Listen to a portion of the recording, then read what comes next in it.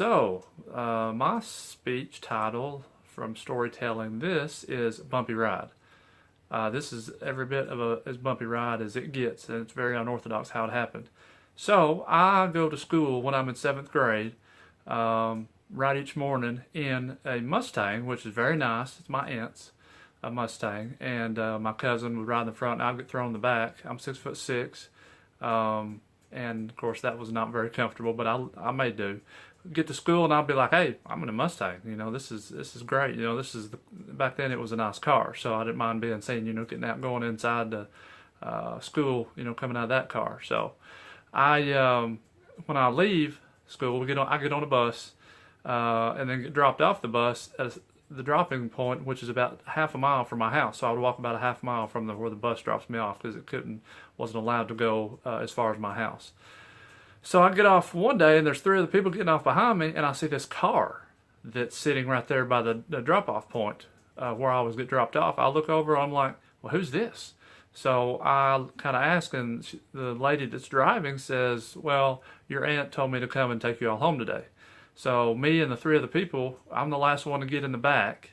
It's crowded. Like I said, I'm 6'6". I'm trying to crawl in there, scoot in there however possible I can. I'm not even all the way in the car, and I notice the car takes off.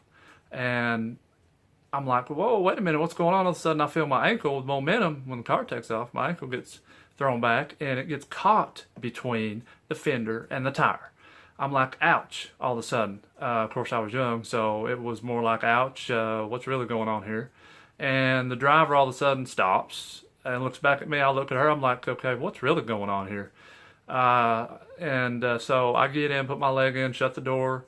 After damage had already been done, I'm like, get me home. And I get home, Dad's like, you can get up and walk on that.